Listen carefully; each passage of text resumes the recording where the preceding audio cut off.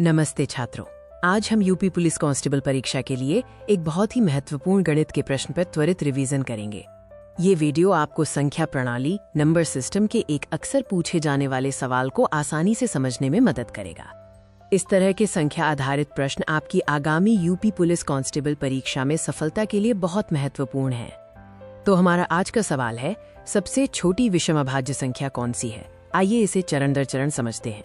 सबसे पहले हमें ये समझना होगा कि अभाज्य संख्या प्राइम नंबर क्या होती है। अभाज्य संख्याएं वे संख्याएं हैं जिनके केवल दो ही गुणनखंड होते हैं, एक तो 1 और दूसरी वो संख्या स्वयं। अभाज्य संख्याओं के उदाहरण हैं 2, 3, 5, 7, 11 और इसी तरह आगे। अब देखते हैं कि सबसे छोटी अभाज्य संख्या कौन सी है। संख्या 2 सबसे छोटी अभाज्य संख्या है, ये याद रखें। लेकिन 2 की एक खासियत है, ये एकमात्र ऐसी अभाज्य संख्या है जो सम इवन है। हमें सवाल में विषम अभाज्य संख्या पूछी गई है, तो हमें 2 को छोड़ना होगा। विषम संख्याएं वे होती हैं जो 2 से पूरी तरह विभाजित नहीं होती, जैसे 1, 3, 5, 7 आदि। इसलिए विषम अभाज्य संख्याओं की सूची 3, 5, 7, 11 से शुरू होती है। अब हम अपने मूल सवाल के जवाब के करीब हैं।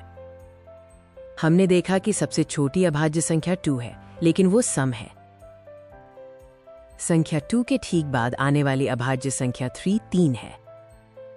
और हाँ, 3 एक विषम संख्या भी है क्योंकि ये 2 से विभाजित नहीं होती। तो ये रहा आपके लिए त्वरित शॉर्टकट और अंतिम निष्कर्ष। सबसे छोटी विषम अभाज्य संख्या 3 है। इसे तुरंत याद कर लीजिए, ये परीक्षा में आपका समय बचाएगा। याद रखें, 2 एकमात्र सम अभाज्य संख्या है, इसलिए विषम अभाज्य संख्याओं में सबसे छोटी संख्या 3 ही होगी। परीक्षा के लिए शुभकामनाएं।